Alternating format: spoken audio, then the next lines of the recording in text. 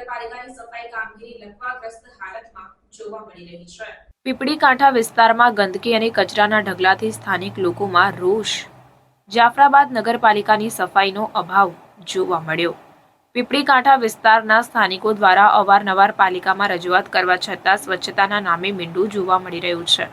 પાલિકાનો સફાઈ વેરો તેમજ ઘર વેરો ભરવામાં પીપળી કાંઠા વિસ્તારના લોકો મોખરે હોય છે, તે છતાં પાલિકા દ્વારા આ વિસ્તારમાં સફાઈ કામગીરી કરવામાં આવતી નથી।